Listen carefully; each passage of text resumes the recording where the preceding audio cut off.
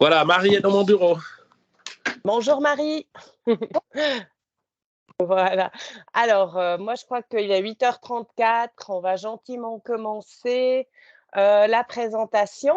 Donc, bienvenue et puis merci, un grand merci de votre intérêt de participer. Ça montre que la formation est aussi importante pour vous et pour ça, on est très, très reconnaissant. Donc, qu'est-ce qui nous attend pendant ces 60 minutes? Juste présenter le tableau, voilà. En fait, donc on va regarder, l'introduction générale sur la réforme.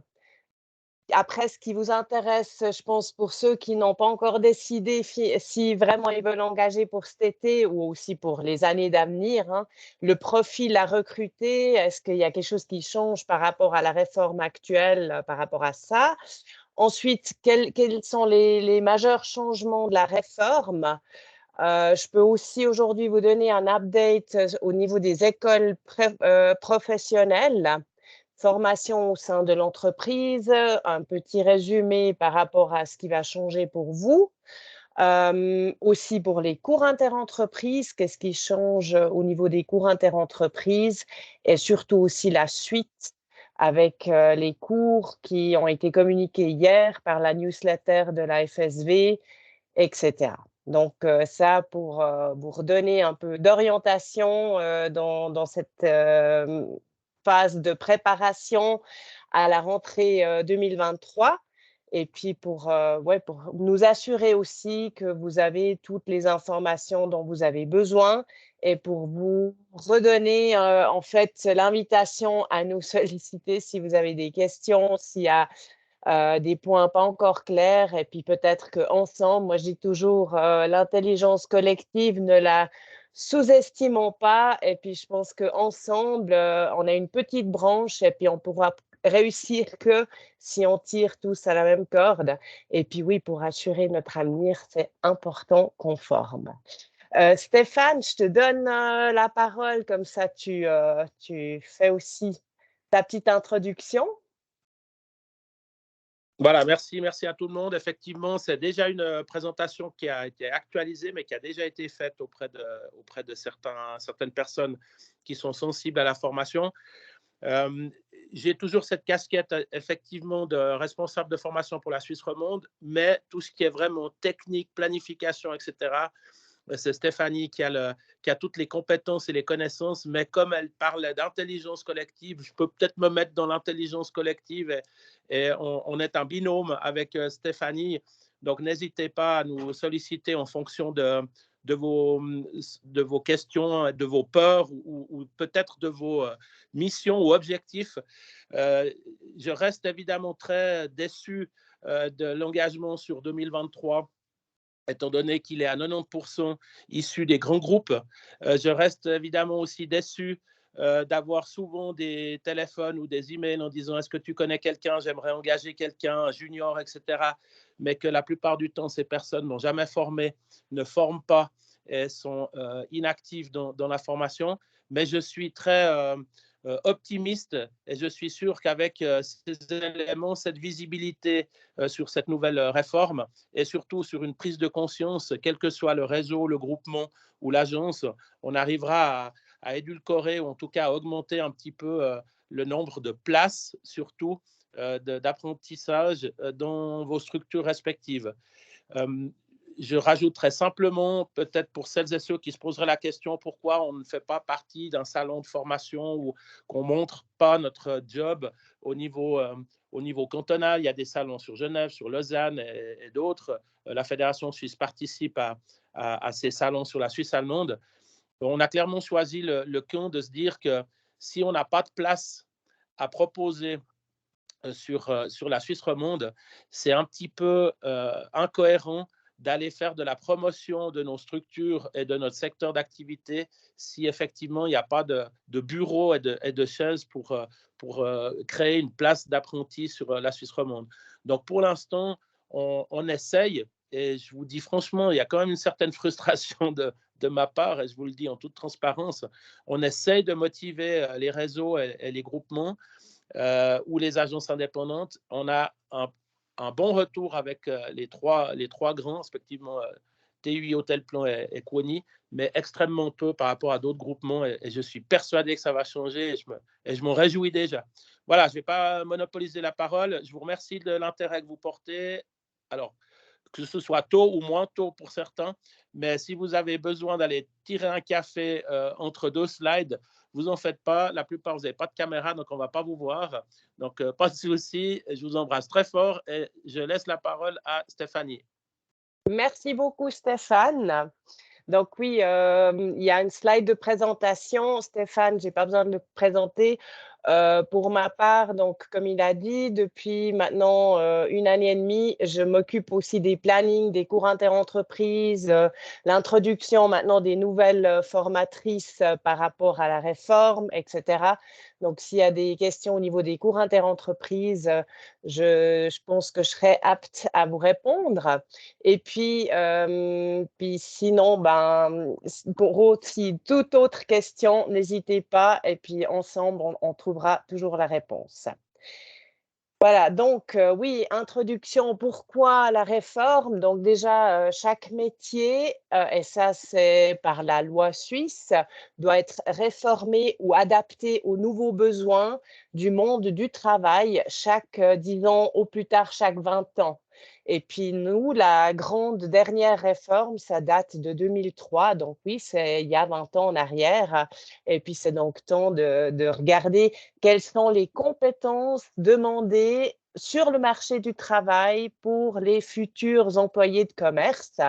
Et puis, ben oui, numérisation, flexibilité, tout ça, c'est des compétences nécessaires. Et puis, l'apprentissage sera donc adapté dans cette direction-là pour préparer les jeunes au futur. Le profil à recruter au niveau des jeunes, donc scolairement parlant, mais aussi au niveau de la personnalité, moi je dirais, il n'y a pas de grand changement par rapport à ça. Je pense que c'est important toujours que ce sont des jeunes qui ont terminé, clairement, qui ont terminé leurs 11 ans d'école obligatoire et avec des résultats moyens à bons. Donc, si on prend comme exemple, je ne sais pas, la dénomination honnêtement pour chaque canton, mais prenons le canton de Vaud comme référence, c'est soit une voie pré-gymnasiale ou soit une voie générale, mais avec de bonnes notes, je dirais. Et dans la voie générale, il y a 2 niveaux, donc ce serait plutôt le niveau 2, qui est le meilleur niveau, où les apprentis ou les futurs apprentis auraient, je pense, assez de connaissances scolaires pour assumer ensuite l'école professionnelle. Et puis, oui, donc les langues resteront importantes pour nous dans notre métier, mais aussi généralement comme employé de commerce, la communication est quand même un outil important.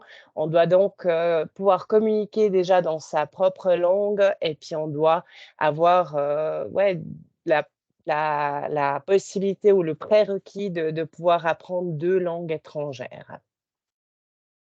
Ensuite, et ça c'est, je vous cacherai pas, je pense mon avis, personnel qui est dans ces 3 compétences que je vous liste là, les compétences personnelles, clairement, l'intérêt pour les voyages, ce sera un grand atout, même si ce sont des jeunes qui n'ont pas voyagé eux-mêmes énormément. Moi, je me rappelle quand j'ai commencé mon apprentissage il y a fort longtemps, mais j'avais jamais pris l'avion avant de commencer mon apprentissage. Mais j'avais cette fibre et cette envie et puis l'envie de vouloir connaître le monde. Donc ça, je pense que c'est quelque chose qu'on peut détecter, puis on en parle tout de suite après ce slide, mais on peut le sentir pendant le processus de recrutement si c'est une personne qui s'intéresse un peu dans ce qui se passe dans le monde, etc. Et de vouloir connaître les cultures et les pays étrangers. Voilà. Volonté d'apprendre, ça aussi, oui, il faut de la motivation, clairement. Ça c'est un atout ou une compétence personnelle que je pense toutes les entreprises peu importe la branche, auront envie de reconnaître dans leurs futurs apprentis. Et ne sous-estimons pas non plus le point de l'autodiscipline. Et c'est là où, justement, je pense qu'avec la réforme, ça, c'est une des compétences majeures que les apprentis devront avoir. Je pense que la réussite, ça n'a moins à voir avec le talent et puis avec l'intelligence qu'on a à disposition. Plutôt, c'est une question d'organisation et de planning et de discipline à poursuivre son planning. Donc, et ça, ayant des enfants qui sont à l'âge scolaire, je vois qu'on les prépare déjà aussi à l'école à être autonomes, à s'organiser. Et clairement, il y a des jeunes qui réussissent très bien, puis d'autres qui auront besoin peut-être de plus d'encadrement et plus de coaching par rapport à leur propre organisation. Parce que beaucoup de choses se feront à l'école professionnelle comme aussi au cours interentreprises. On leur demandera des préparations à organiser à l'avance, etc. Donc, quelqu'un qui est bien organisé aura aucun souci. Et puis, pour les autres, il y aura besoin certainement d'un peu d'encadrement de votre part. Comment on arrive ouais, à déceler ces compétences pendant le recrutement? Les exigences scolaires, je pense que ça, c'est relativement simple à trouver en analysant bien les bulletins scolaires et puis en préparant peut-être un test géographie, les langues, etc., pour voir un peu, pour voir si les notes qu'il y a dans le bulletin scolaire correspondent aussi à ce que vous attendez vous, parce que ben, les bulletins scolaires, c'est semi-objectif, on va dire. C'est toujours des êtres humains qui donnent les notes et c'est souvent avec sous des circonstances différentes que les écoliers font leur chemin. Donc, ne mettez pas tout l'accent sur le bulletin scolaire, c'est ça que je veux dire avec ça. Mais regardez peut-être aussi vous par rapport à ce que vous demandez aux apprentis, combien l'apprenti remplit déjà avant de commencer son apprentissage. Mais tout ça, en principe, ça s'apprend pendant l'apprentissage. Donc, c'est pas parce qu'il ne connaît pas encore le monde entier qu'il ne pourra pas l'apprendre pendant son apprentissage. L'intérêt pour les voyages, donc clairement analyser dans la lettre de motivation, est-ce que c'est quelqu'un qui mentionne, qui cherche vraiment dans les voyages ou est-ce que c'est quelqu'un qui cherche de manière générale une place d'apprentissage? Et après, c'est à vous de décider à combien d'importance vous mettez à ce point-là. Puis aussi pendant l'entretien d'embauche, peut-être que l'apprenti n'aura pas pensé qu'il devra se vendre dans sa lettre de motivation, puis que mentionner les voyages, ça va l'aider à trouver cette place d'apprentissage dans les voyages. Mais peut-être que tout le reste, le dossier, sinon, est bien. Vous voulez quand même lui donner une chance. Donc, allez voir quel est son intérêt pour les voyages. C'est pas trop tard. On peut aussi le déceler pendant l'entretien d'embauche en lui posant des questions dans cette direction-là. Et puis la volonté d'apprendre, je pense ça, on peut l'observer pendant un stage. Moi, je vous recommande vivement tous les apprentis avant de les engager, ceux qui entrent en ligne de compte, de les prendre en stage 1, 2 jours. Je pense ça, on peut sans autre. Les écoles les libèrent aussi pour ça. Donc, de les prendre en stage, mais ces journées de stage doivent être bien préparées avec des tâches concrètes pendant lesquelles vous pouvez aussi observer comment le jeune ou la jeune se débrouille, comment est-ce qu'elle pose plein de questions, est-ce qu'elle se renseigne, etc. Donc, avec des tâches concrètes, on peut observer la volonté d'apprendre sur une journée de stage. Et puis l'autodiscipline également, donc avec des questions pendant l'entretien d'embauche, des questions qui visent sur des expériences que la personne a fait, par exemple en demandant, alors dis-moi, le projet le plus complexe que tu as dû faire, travail individuel à l'école cette année. puis voir comment la personne, elle explique et puis regarder, alors, en posant des questions, puis comment tu t'es organisé, de quelle manière tu as fait ton planning et cetera. Puis ça montrera ses réponses puisque c'est sur une expérience que le jeune ou la jeune a fait concrètement. On trouvera aussi des tendances, comment la personne sait s'organiser ou pas. Et puis pendant la journée de stage, de nouveau, en donnant certaines tâches, puis peut-être plusieurs tâches pour voir comment la personne, elle s'organise, elle priorise, et cetera.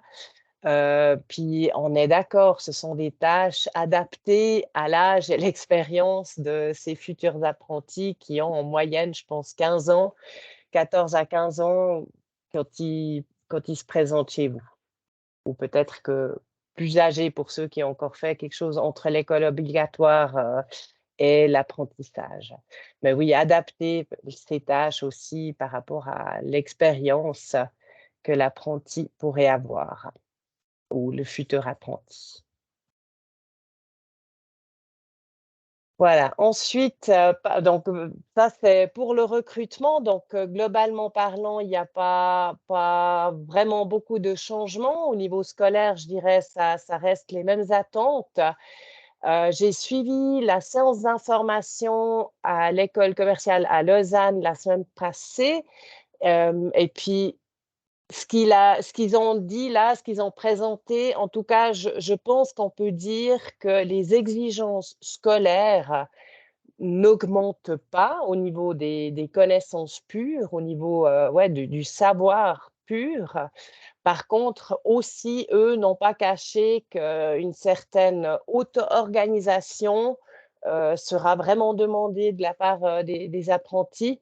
Donc ils mettent aussi l'accent là-dessus. Je pense que donc scolairement parlant, il n'y a pas besoin d'avoir, des apprentis, meilleurs au niveau scolaire qu'on a eu jusqu'à présent. Ça, je crois que j'ai eu la confirmation par rapport à ça la semaine passée. Ensuite, donc, qu'est-ce qui change? Donc déjà, qu'est-ce qui reste? Alors, c'est toujours 3 ans d'apprentissage, c'est toujours 2 jours par semaine en première année, 2 jours en deuxième année et 1 jour, la troisième année. Pour ceux qui font la maturité intégrée, c'est 2 jours par semaine pendant les 3 ans d'apprentissage. Donc ça, c'est tel quel, comme jusqu'à présent. Après, on reste sur Time to Learn en ce qui concerne la branche voyage. Donc, tout ce qui est cours interentreprise, les mandats pratiques, tout ça, ça se fera comme jusqu'à présent sur Time to Learn. Et puis, donc oui, le recrutement, on a thématisé, ça change pas au niveau du type de personnes que vous devriez chercher pour vos futurs apprentis. Qu'est-ce qui est supprimé? Donc oui, il n'y aura plus les profils E et B. Par contre, il y aura une plus grande flexibilité, je pense, dans le choix des matières sur lesquelles l'apprenti se concentre. Donc ça, je vous explique tout à l'heure. Et puis, suppression aussi des STA et des UF. Attention, ils sont supprimés, pas pour rien mettre à la place. Donc, il y aura à la place des STA et des UF les mandats pratiques. Je vous en parle quand on arrive, à la formation en entreprise. Et puis, l'examen à la fin des 3 ans d'apprentissage, il y aura un slide qui montre exactement dans quel, domaine de compétences, il y a combien d'heures ou de minutes d'examen. Pour la branche, c'est 50 minutes orales, avec un composant, écrit qui peut être intégré dedans. Donc mais ces 50 minutes, la plupart de ces 50 minutes sera orale. Et puis là, il y a tout un groupe d'auteurs qui est actuellement en train de préparer la procédure de qualification future. On n'a pas encore tout déterminé, tout n'est pas encore clair. Le concept est en cours d'élaboration, comme le dit le slide. Après, donc, qu'est-ce qui est nouveau? Donc,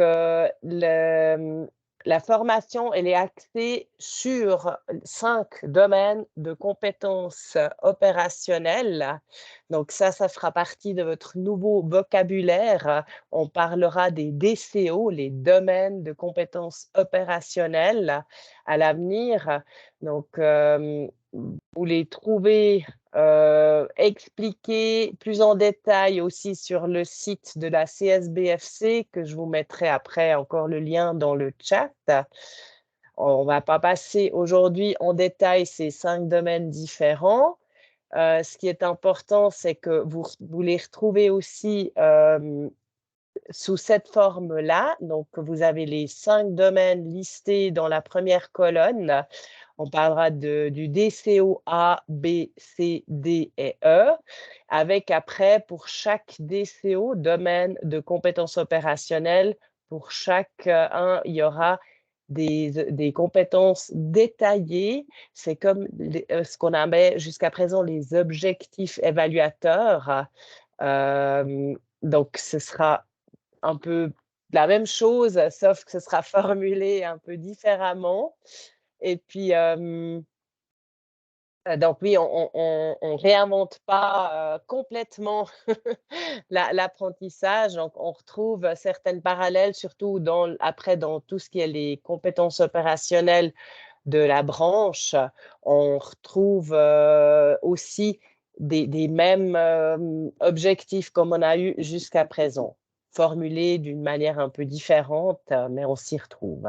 Et ça, tout ce qui concerne donc vraiment la branche et qui vous concernera vraiment vous pendant la formation sur place, on le thématisera vraiment en détail pendant la journée de cours pour les formateurs, formatrices en entreprise. Stéphanie, Oui. juste, si jamais cette présentation pour tout le monde, on vous la fait suivre, la présentation PowerPoint, vous n'êtes pas obligé de faire des captures d'écran ou de tout écrire à côté. Il est clair qu'on vous la fait suivre. Et Stéphanie, vu qu'elle a tous les emails d'inscription, vous la fera suivre. Hein. C'est juste une petite parenthèse. Oui, tout à fait. Je vous la fais suivre tout à l'heure après la présentation et puis je la télécharge aussi sur le site de la FSV courant cette semaine. Donc oui, tout sera à disposition. Et puis de toute manière, la présentation, elle est enregistrée. Donc la vidéo aussi, elle sera téléchargée sur le site de la FSV. Merci Stéphane de cet input. Donc les 5 domaines de compétences opérationnelles, on travaille ou l'apprenti travaille dessus au cours professionnel, en entreprise et au cours interentreprise. Donc, on va tous se baser, les 3 lieux de formation se basent sur les mêmes domaines de compétences, avec après, bien sûr, des compétences derrière différentes selon le domaine. Certains sont traités en entreprise, certains sont traités à l'école professionnelle et certains sont traités au cours interentreprise. Mais donc, on se base tous sur les mêmes domaines de compétences opérationnelles. Donc, par rapport aux écoles professionnelles, donc comme j'ai déjà mentionné, j'ai suivi la semaine passée à l'EPCL un update ou des informations générales par rapport à qu'est-ce qui va changer au niveau des écoles professionnelles. Je me suis renseignée un peu dans les différents cantons. J'ai pas encore trouvé, et puis j'attends des réponses du canton de Genève, de Neuchâtel et du Valais pour savoir ce qu'ils prévoient eux au niveau de formation, de séances d'information pour les entreprises formatrices. Peut-être, vous devriez, pour chaque canton dans lequel vous formez, vous devriez recevoir aussi ces informations-là. Ça vaut la peine de les suivre puisque, ayant fait plusieurs écoles, j'ai aussi suivi les informations de Zurich et de Berne pour avoir un comparatif. Et puis, je peux dire, il n'y a pas des différences fondamentales entre les différentes écoles professionnelles, mais il y a quand même des choses que les uns font différemment que les autres. Donc, pas tout le monde va faire exactement tel que le canton de Vaud, mais ce que je vous montre là, c'est valable, je crois, pour toutes les écoles professionnelles du canton de Vaud. Donc, sur ce slide-là, ils ont résumé très brièvement ce qui change ou ce qui reste. Donc, contrairement à ce qu'on pensait pendant longtemps, il restera les 2 langues étrangères obligatoires. Je vous explique tout à l'heure sous quelle forme. Et puis, le reste de ces informations, on ne va pas entrer en détail, c'est juste un résumé. Sur ce slide, vous voyez des exemples où ils nous ont montré les branches ou les matières comme on les connaît actuellement sont maintenant, donc sur le plan de formation, l'apprenti n'aura plus vraiment une leçon d'économie purement parlant. Il saura, alors aujourd'hui, j'ai 3 périodes de DCOA ou de DCOC. Et puis, dans ces différents domaines de compétences opérationnelles sont intégrés les matières telles comme on les connaît jusqu'à présent, comme l'économie, comme le français, l'allemand, etc. Et puis ça, il nous a mis comme exemple pour nous dire donc le domaine de compétences B, dans quelles sont les branches qui sont intégrées là-dedans, et comme il y a par exemple l'allemand qui est intégré dans le B. Et ça, ben, on n'a pas eu les informations pour chaque DCO. Je pense que ce n'est pas non plus vraiment important de le savoir à l'avance. Ce sera à poursuivre avec le premier apprenti qu'on accompagne, à voir exactement dans quel DCO il y a quelle matière qui est traitée, qui est vue. Mais donc, les anciennes matières sont intégrées dans les différents domaines de compétences opérationnelles. Ici, un tableau, puis on ne va pas le commenter jusqu'en détail, mais ça, c'est le tableau qui vous montre combien de périodes pour chaque année scolaire l'apprenti va avoir.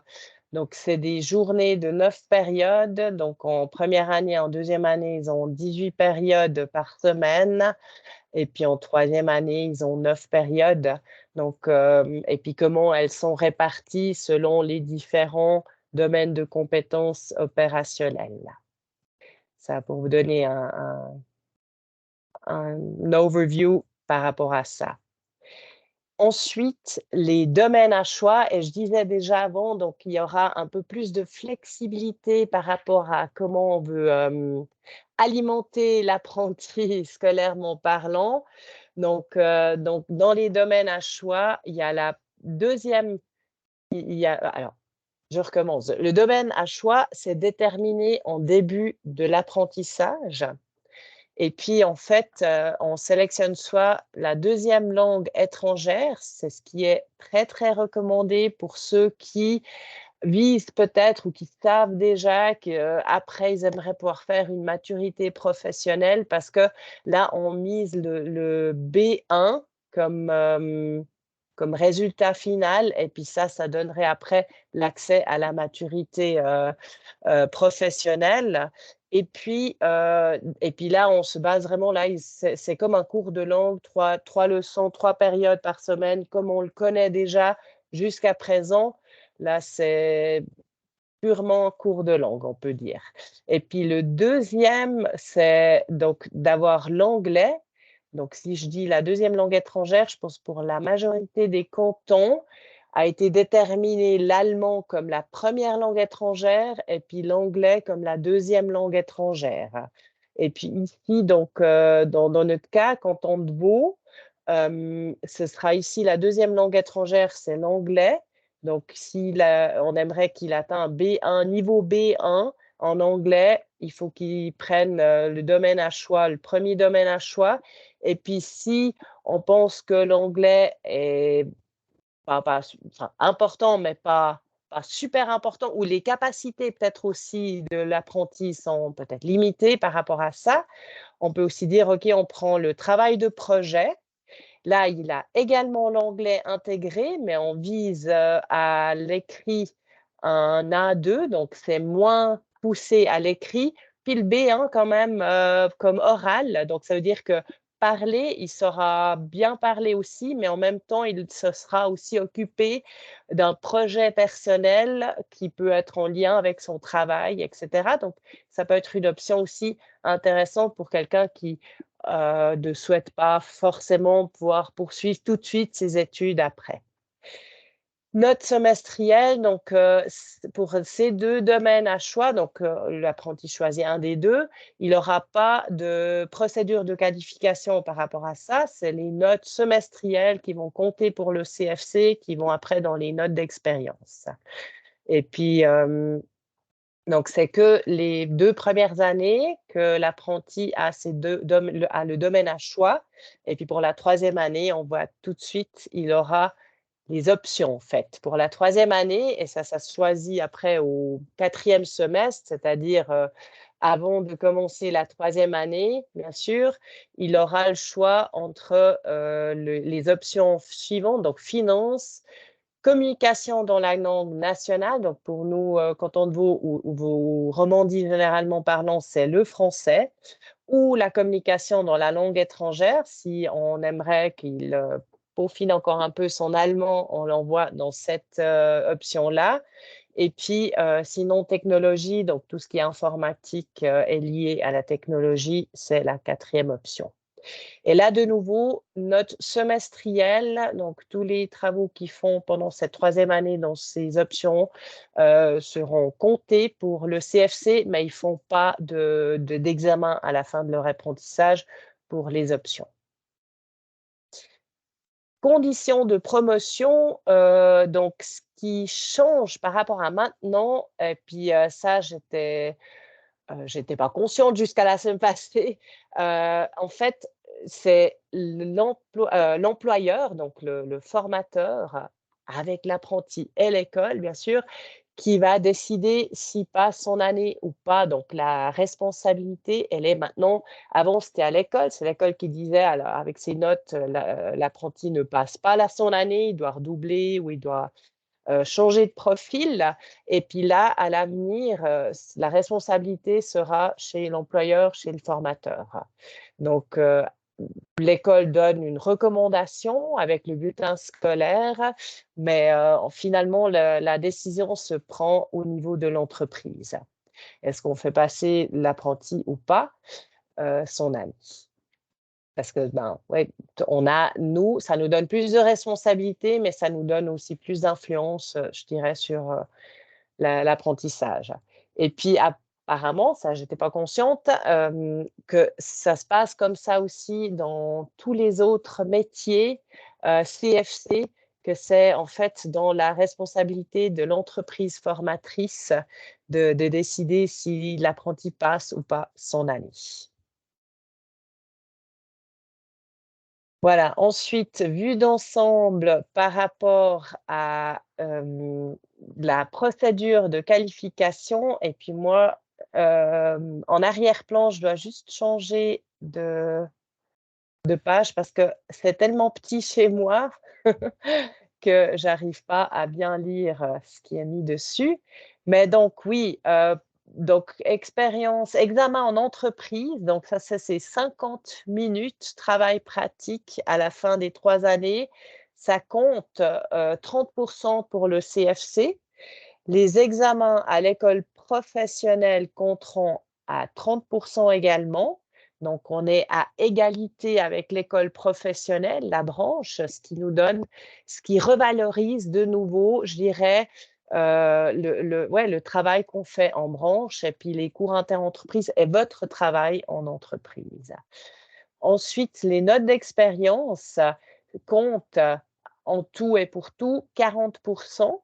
Et ces 40% sont divisés de ces 40%, 25% c'est l'entreprise, donc c'est les contrôles de compétences que vous ferez chaque semestre avec votre apprenti, qui font une moyenne des 6 notes. Ça fait après 25% pour la note d'expérience. L'école, idem, donc non, l'école, ça fait 50%, pardon. Donc tous les bulletins scolaires, 6 bulletins scolaires, une moyenne de ces 6 bulletins scolaires compte à 50% pour son CFC, ou non, excusez-moi, pour la note d'expérience, pardon. Et puis les cours interentreprises, et ça change par rapport à maintenant, puisque maintenant, on n'avait qu'une minime partie de l'UF qu'on pouvait noter. Maintenant, on aura 2 contrôles de compétences sur les 3 ans qu'on peut faire et qu'on note. Et la moyenne de ces 2 notes compte aussi à 25 pour sa note d'expérience. Comme ça, vous avez sur un tableau clairement expliqué comment se calculeront après les notes du CFC. Et puis, la procédure de qualification, donc là, vous avez listé combien de minutes et combien de pondérations auront les différents domaines de compétences opérationnelles. Donc, on voit tout de suite, A, c'est que à l'oral, 30 minutes, et ça compte, chaque domaine de compétences compte à 20%. Donc, ça, c'est relativement simple. Et puis après, on sait, donc, c'est fini les examens d'économie, de comptabilité qui durent 2 à 3 heures de temps. Donc ça, il n'y aura plus à l'avenir.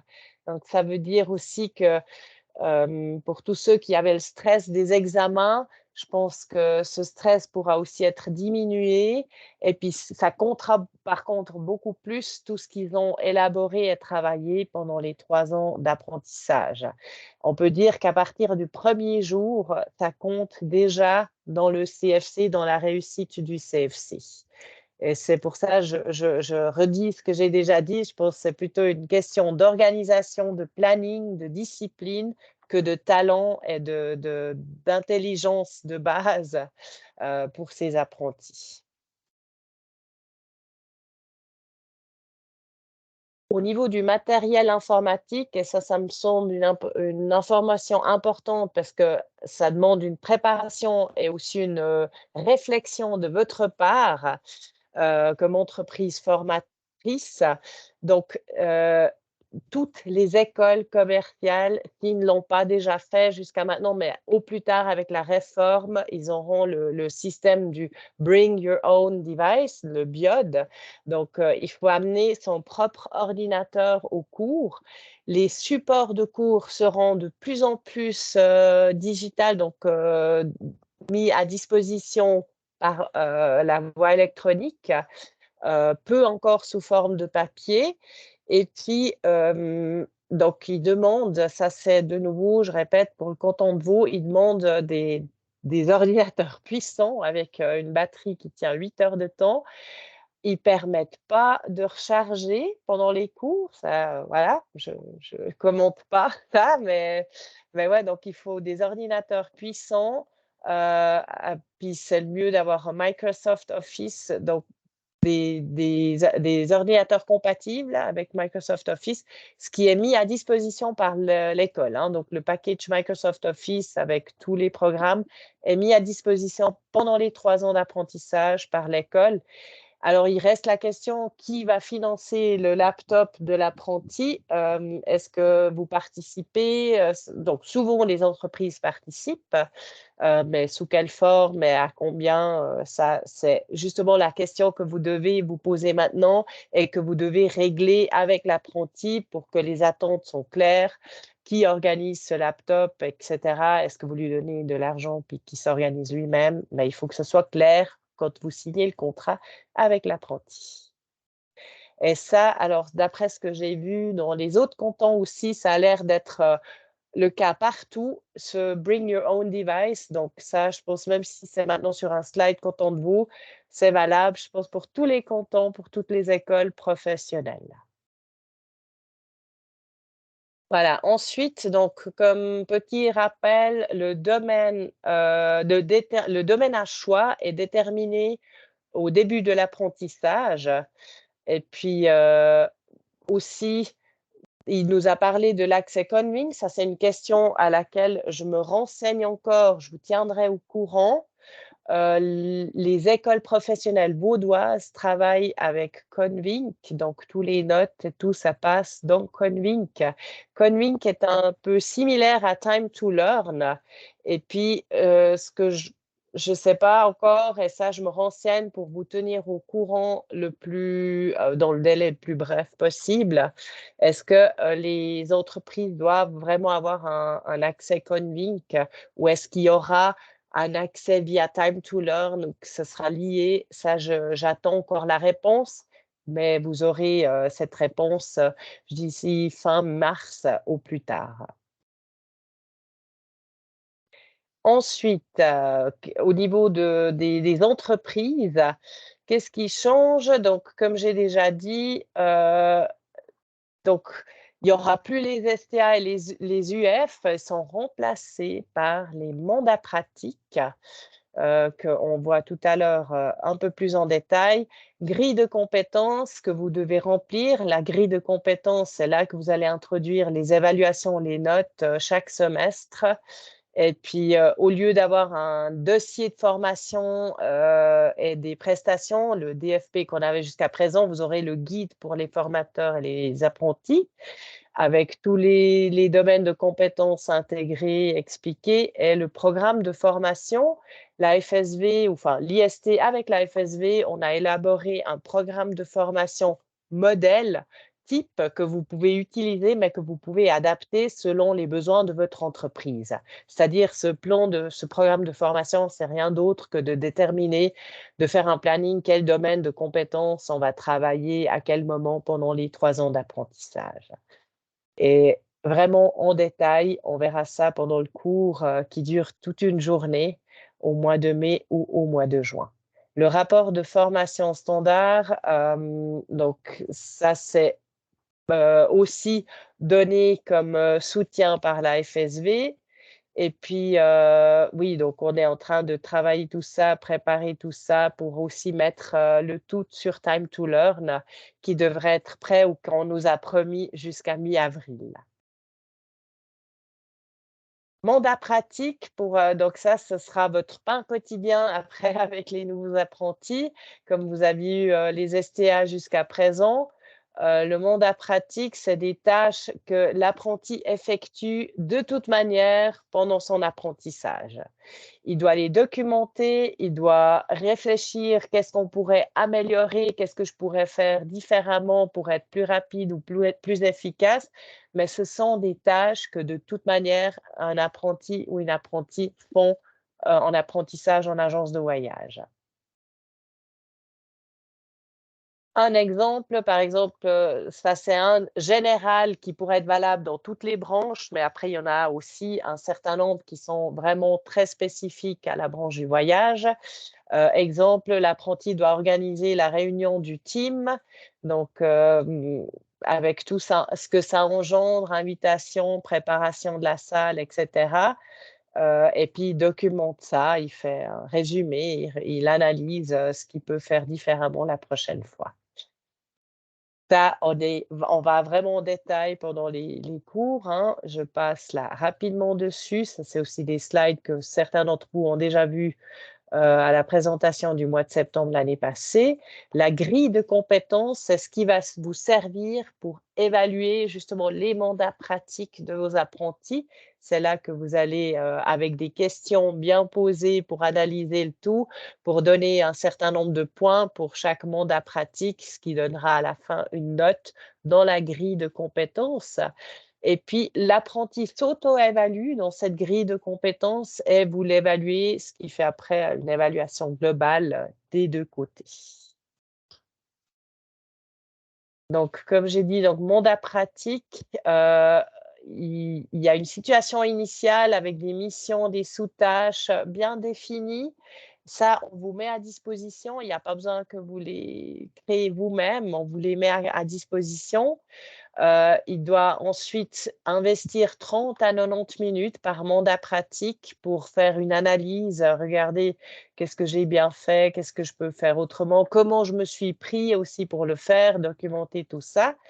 Et puis ensuite, c'est entrer dans la grille de compétences avec l'auto-évaluation et puis l'évaluation du formateur ou de la formatrice. Alors, on vous met à disposition 40 mandats pratiques que vous choisissez, que vous déterminez avec l'apprenti à quel moment il fait quel mandat ou qui documente quel mandat, puisque ce sont des tâches qu'il exerce de toute manière. Il faut un minimum de 3 mandats pratiques par semestre, mais avec ça, que 3 par semestre, vous n'arrivez pas aux 24. Donc, il y aura certains semestres où il faudra avoir plus de mandats pratiques que ces 3. Mais minimum, c'est 3 et puis sur certains, ce sera plus pour arriver aux 24.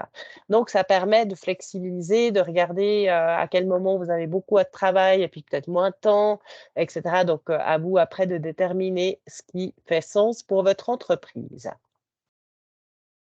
Mandat pratique, grille de compétences. Donc, oui, 3 mandats pratiques par semestre. Ça doit donner un entretien de qualification chaque semestre que vous avez avec votre apprenti. Et puis, le rapport de formation qui sort, qui est en fait élaboré quasiment automatiquement par Time to Learn une fois que vous avez rempli les grilles de compétences. Donc, c'est que des manipulations sur Time to Learn après à faire. Et puis, oui, vous aurez deviné, on vous le montrera pendant le cours au mois de mai et au mois de juin. Donc ça, pour votre partie du jeu, après formation en cours interentreprise. Donc, on se base également sur les domaines de compétences opérationnelles. Donc, on a adapté tous les cours interentreprises.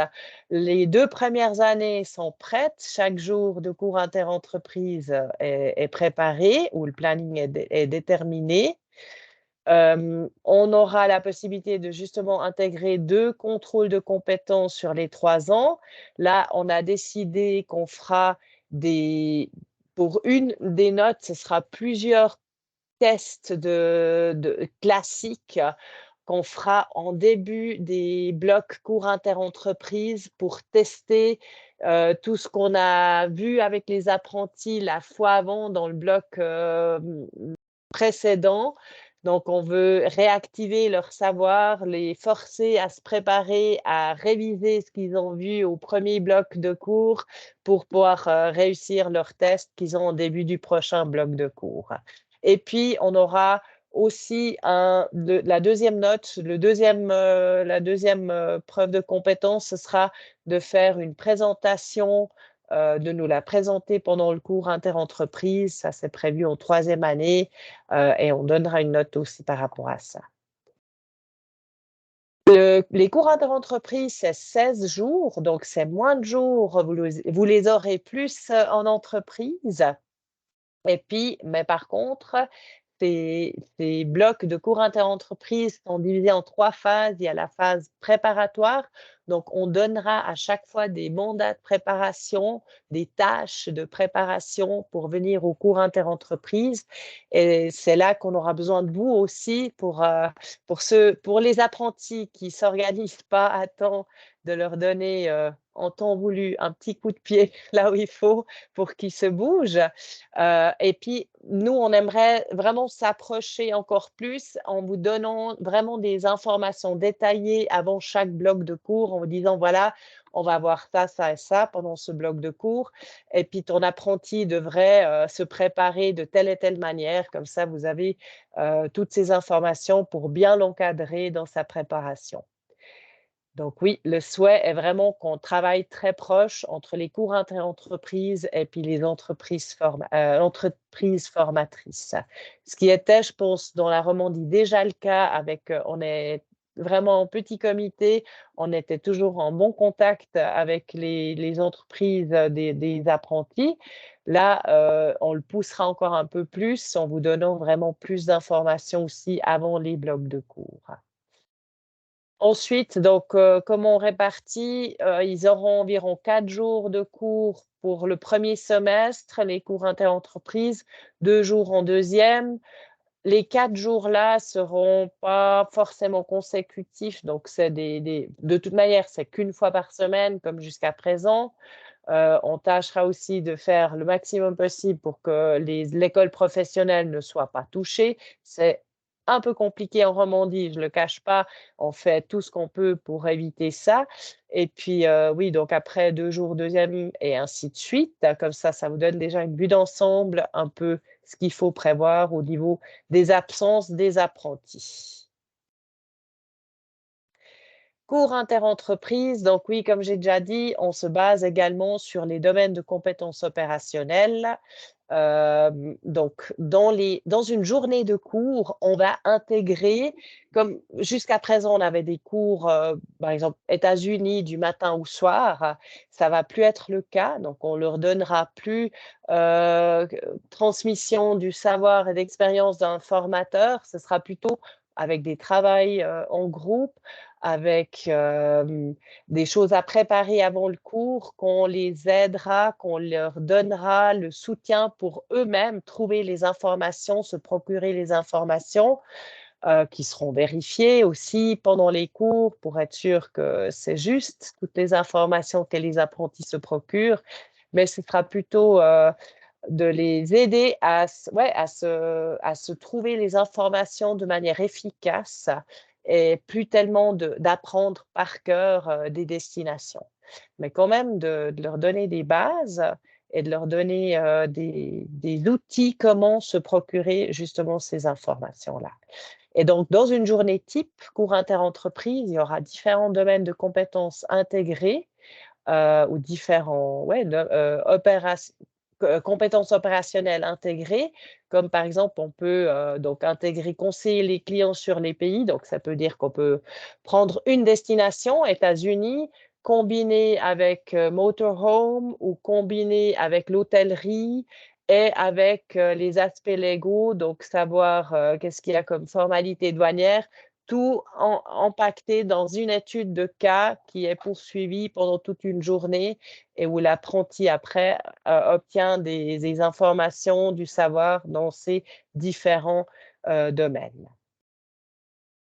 Donc ça, pour compléter, ce qui est fait également partie des compétences opérationnelles des cours interentreprises, savoir calculer. Donc, tout ce qu'ils auront appris maintenant et puis, si on est honnête avec nous-mêmes, si on les enseigne toute une journée, pas tout est retenu par les apprentis, donc l'espoir là est en les faisant travailler eux-mêmes pour, se chercher toutes ces informations-là, l'espoir et puis je pense que c'est aussi prouvé par, la science que l'être humain retient mieux ce qu'il aura fait lui-même que si on lui explique, quelque chose sans qu'il puisse le faire lui-même. Donc les cours interentreprises seront aussi beaucoup plus axés sur la pratique à l'avenir et puis accompagnés par une seule formatrice pendant les 16 jours, qui elle-même et ça c'est un point très, très important, doit travailler au front et puis être vraiment, à jour au niveau du métier agent de voyage. Donc, ça c'est le point le plus important des formatrices, futures et ils doivent avoir un savoir, très vaste ou spécialisé, mais quand même pouvoir, vendre tout le monde, toute, la palette qu'on peut offrir dans les agences de voyage. Charge de travail pour vous en entreprise, bien sûr, un point important et je pense que c'est ça qui fait hésiter parfois si on prend ou pas. Alors je pense qu'il y a une charge initiale comme toujours pour ceux qui forment déjà, ben oui, il y aura de nouveau une charge initiale, il faut se remettre à ces nouveaux, processus, oublier ce qu'on a fait jusqu'à présent et puis, apprendre le nouveau. Donc ça demande une charge initiale, ça c'est clair, on ne veut pas vous le cacher. Un jour de cours, ça c'est sûr, puis peut-être encore, quelques heures par-ci par-là pour préparer la chose après en agence. Et puis apprendre à connaître, time to learn, les nouveautés. Ça, bah, on sera là aussi pour vous accompagner là-dedans sans problème. Et après, par contre, une fois qu'on est dedans, dans le bain, je pense que ça ne demandera pas plus de temps que jusqu'à présent de former un apprenti avec la nouvelle réforme. Il y aura les mandats pratiques à accompagner, à évaluer. Je pense pas que ça prenne plus de temps que l'évaluation des STA et des UF que vous aviez eu jusqu'à présent. Donc, on peut aller sur une idée ou sur une base que ça prendra plus ou moins le même nombre d'heures. Et après, l'encadrement, ben, ça dépend aussi de l'apprenti que vous avez, de la personnalité que vous avez. Il y en a qui demanderont plus d'encadrement, puis d'autres qui vont eux-mêmes, qui sont débrouillés et puis qui ont moins besoin de votre part. Voilà, donc on arrive gentiment à la fin, 9h28, c'est bien, je me tiens à l'horaire. Hem, donc les formations pour vous, pour les formateurs, formatrices en entreprise ont été communiquées hier. Vous pouvez vous inscrire. C'est online sur le site de la FSV. C'est obligatoire pour tous ceux qui vont encadrer une apprentie, un apprenti à partir de l'été 2023. Donc, on priorise ces personnes-là, mais après, on aura suffisamment de place pour tous ceux qui veulent déjà venir voir à quoi ça ressemble, en prévision d'engager l'année prochaine. Mais ça, je me permettrai, ben, de jongler un peu les participants. Donc, priorité à ceux qui forment tout de suite cet été, ça c'est clair. Puis pour les autres, inscrivez-vous et puis après, on trouvera des solutions si vous êtes intéressé de venir voir, même si vous encadrez peut-être pas personnellement une apprentie cet été. On prépare déjà les recrutements 2024 avec cette mesure. Donc, ici, comme rappel, les dates, 25 mai ou 13 juin. Et puis, le lien pour s'inscrire, il a été communiqué aussi par la newsletter de la FSV hier. Et puis maintenant, on arrive, ouais, enfin, n'oubliez pas, c'est un petit rappel, on est là pour vous, on vous soutient. Si vous avez des questions, des craintes, des points à clarifier, vraiment venez. Au plus tard, dans une semaine, la présentation, elle est en ligne pour tous ceux qui n'ont pas suivi maintenant. À vous, je vous l'envoie tout de suite après le cours, comme ça vous avez ça aujourd'hui. Et puis, oui, on est dans le même bateau, on est tous, si on forme, c'est aussi pour assurer notre avenir comme agence de voyage ou comme tour opérateur, puisque c'est le personnel, c'est les personnes, l'être humain qui va assurer l'avenir de chaque entreprise. Et puis donc, ça commence par la formation, c'est clair, pour avoir des gens qui reprennent demain nos activités. Vos questions, j'ai donné la possibilité, vous pouvez activer votre microphone. On est en petit comité, je crois qu'on peut poser des questions directement en live sans passer par le chat, par écrit. Donc, si vous avez des questions, c'est maintenant. Je suis à l'écoute.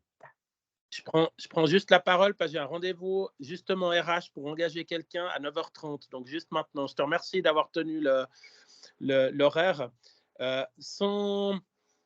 Pour le petit gag avec un bon clin d'œil, si je débarque sans avoir aucune expérience et que je vois l'entier de ce tableau de bord qui est dispatché entre tout ce que fait les écoles, tout ce que fait l'employeur ou doit faire l'employeur, tout ce que fait les cours interentreprises, etc., en toute transparence, et je pense que je ne suis pas le seul, même dans le petit comité, ça me paraît énorme, toutes ces informations-là. Ce que je comprends bien et ce qu'il faut faire passer à ceux qui nous écoutent ou qui nous regardent, c'est que là, on a le tableau de bord complet, hyper complet sur les 3 acteurs. Et l'idée, c'est d'aller étape par étape. Et comme l'a dit Stéphanie déjà, que ce soit la FSV ou que ce soit IST, on est là pour aller étape par étape sur 3 ans avec cette nouvelle réforme. C'est une réforme, donc voilà, il y a de la substance, vous l'avez vu. Enfin, moi, je n'ai pas tout retenu en toute transparence, tellement il y a d'informations. On a voulu, avec Stéphanie, vous donner une visibilité la plus complète possible, tout en sachant qu'on prend le risque de peut-être vous interpeller en disant mais c'est énorme, je n'ai pas tout compris, je n'ai pas tout saisi, je ne vais jamais y arriver, etc. Ce n'est pas du tout évidemment le message qu'il faut retenir et ce n'était pas du tout l'objectif qu'on s'est fixé, au contraire, mais c'est de jouer l'objectivité et la transparence de la situation de cette nouvelle formation. Je ne peux que, puisque maintenant les entrées en 23 sont déjà un petit peu au pas de la porte, hein, donc au pas de porte, il ne reste plus que quelques mois. Maintenant, si vous avez encore la possibilité tant mieux, faites-le. J'arrive, Annika. Donc, faites-le, c'est sûr. Oui, il y a cette projection pour 2024. Il y a de la préparation, mais on y va étape par étape. On saucissonne le truc.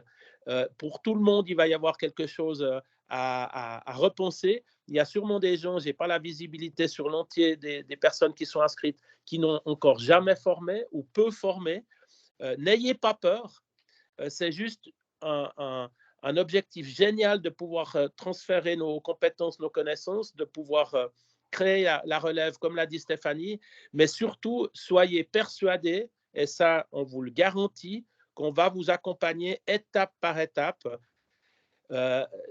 mois par mois, et ce n'est pas quelque chose qui est insurmontable, de loin pas. Au niveau de la masse de temps, c'est simplement une forme qui diffère un petit peu pour rendre justement l'apprenti autonome et beaucoup plus efficace sur site. Voilà. Au nom de la fédération, c'était le petit mot de la fin. Je dois malheureusement vous quitter, mais je suis évidemment aussi à dispo par courriel ou par téléphone. Mais je laisse Stéphanie prendre le relais. Je vous remercie beaucoup de votre attention. J'espère que ce début de matinée ne vous a pas fait gonfler trop la tête parce qu'il y a eu énormément d'infos. Mais on voulait le faire de cette manière-là pour être le plus objectif possible et le plus complet possible. Je vous souhaite une bonne journée et puis à très vite ici ou ailleurs. Bye bye. Merci Stéphane, bonne journée à toi et merci de cette conclusion. Donc, il a bien sûr entièrement raison, ce n'était pas le but de vous faire peur. Et puis, comme vous accompagnez vos clients avant, pendant et après le voyage, on vous accompagne tout au long du séjour de votre apprenti pendant les 3 ans, ça c'est sûr, on est là pour vous. Donc maintenant, si vous avez des questions, avec grand plaisir.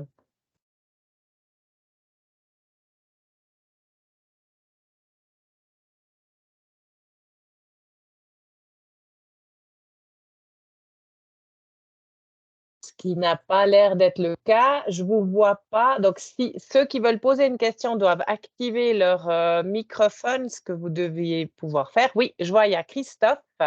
Oui, Je te laisse bonjour. activer ton microphone. Voilà, je t'entends. Alors, j'avais juste une question par rapport au domaine à choix.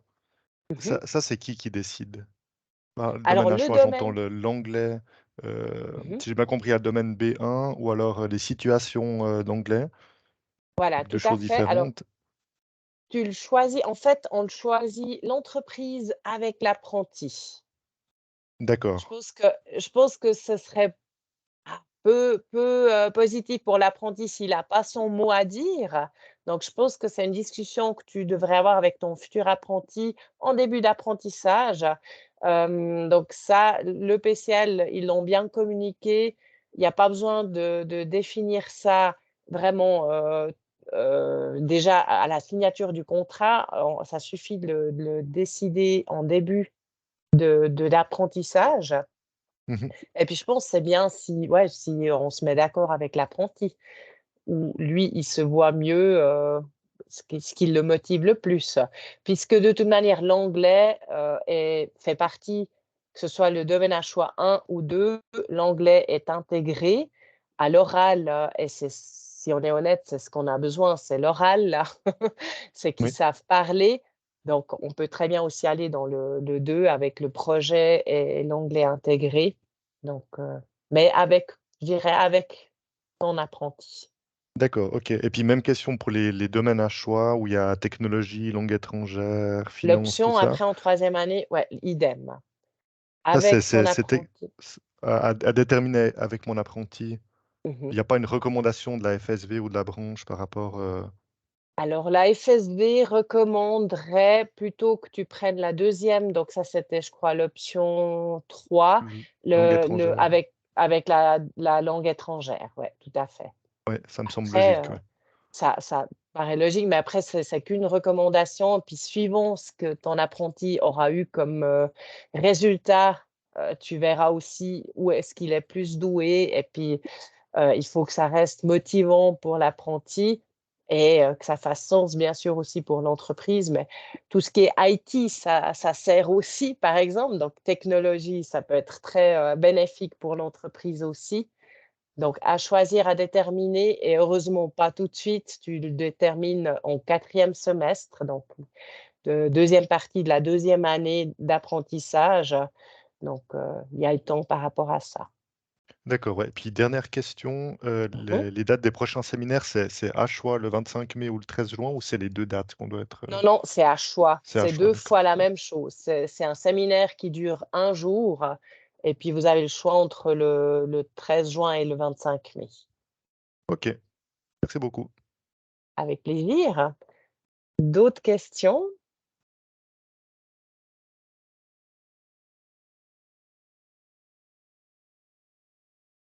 Ça n'a pas l'air d'être le cas. Et puis si une question vous vient à l'esprit plus tard, dans la journée, demain, dans une semaine, peu importe, je suis là, vous pouvez me l'adresser, je me renseigne, on regarde ensemble et puis on trouve la solution et la réponse. Et puis je peux que me répéter, on vous accompagne dans cette aventure et puis on est très, très content pour tous ceux qui se sont déjà décidés et qui se sont déjà lancés.